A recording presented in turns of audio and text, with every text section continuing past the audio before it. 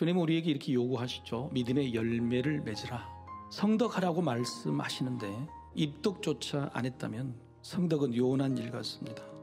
예수님이 아직 공생애를 시작하기 전 입덕의 대상자가 있었습니다. 그게 바로 세례 요한입니다. 그런데 옥중에 있던 세례 요한이 마음이 변심한 듯 보입니다. 그래서 자신의 제자들을 예수님에게 보냅니다. 그래서 이런 질문을 하라고 시키죠. 예수께 여짜오되 오실 그이가 당신이오리이까 우리가 다른 일을 기다리오리이까. 진짜 메시아를 기다려야 되는 것 아닙니까?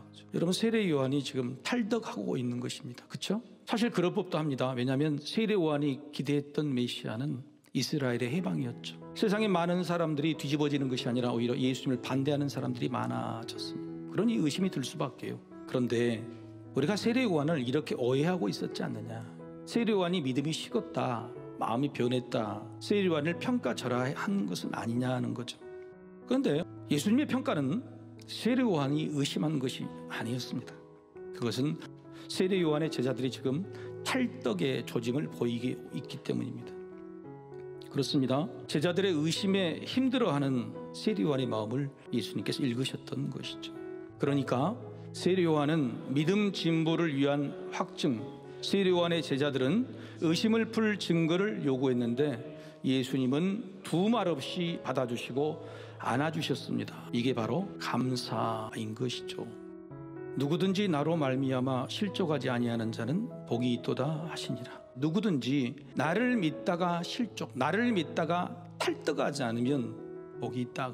예수님은 단 한 명의 사람도 예수님을 믿다가 실족한, 탈덕하는 것을 너무너무 아파하셨습니다. 그래서 여러분, 오늘 말씀 중에서 몇 가지 이해하기 힘든 말씀이 하나 풀리게 되는 겁니다. 세례 요한의 때부터 지금까지 천국은 침노를 당하나니 침노하는 자는 빼앗느니라.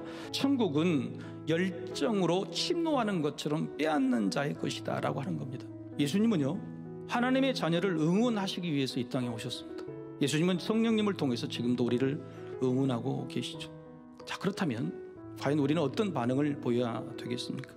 우리가 기쁨의 탄성을 하나님께 반응으로 보이든지, 아니면 자질하게 울든지, 아니면 세례 요한의 제자들처럼 삿대질을 하든지, 하나님 우리가 반응을 보이기를 원하시는 거예요. 하나님께서는 우리의 반응이 무엇이든지 반응하기만 하면 좋아하신다는 거예요. 받아주시죠. 바로 예수님이 오늘 그 모습을 보여준 겁니다. 응원에 대한 반응, 그것이 진짜 우리의 감사의 표현이죠. 그래서 놀라운 말씀 마지막에 합니다. 지혜는 자기의 모든 자녀로 인하여 옳다함을 얻느니라. 지혜가 뭡니까? 복음입니다. 하나님의 자녀들이 보이는 반응으로 세상 사람들이 복음이 옳다, 틀리다 인정하게 된다는 겁니다. 하나님의 나라는 열정과 흥미와 관심 있는 심노하는 자녀들이 만들어가고 준비된 복을 받게 된다고 하는 말씀이에요. 하나님은 그런 자녀들로 기뻐하시고 하나님이 원하시는 나라는 그렇게 커가는 것입니다. 하지만 아버지의 응원에 방응하지 않는 자녀가 있다면 응원할 이유가 없겠죠. 오늘 말씀을 정리하자면 바로 이것입니다. 반응이 반감이든 반성이든 반박하지 않으시고 반겨주시는 예수님의 응원을 알자는 것입니다. 우리 안에 새로 있는 열정과 새로운 시작은요, 아버지이신 하나님의 응원 소리를 들으면 다시 열정이 생기게 돼 있어요. 침노하는 열정을 가진 하나님의 자녀들이 하나님의 나라를 만들어 간다고 칭찬하십니다. 이런 자녀가 내가 사랑하고 기뻐하는 진정한 나의 자녀라고 말씀하시죠. 주님은 이 시간 세상에 나가는 우리들을 열렬히 응원하실 줄로 믿습니다.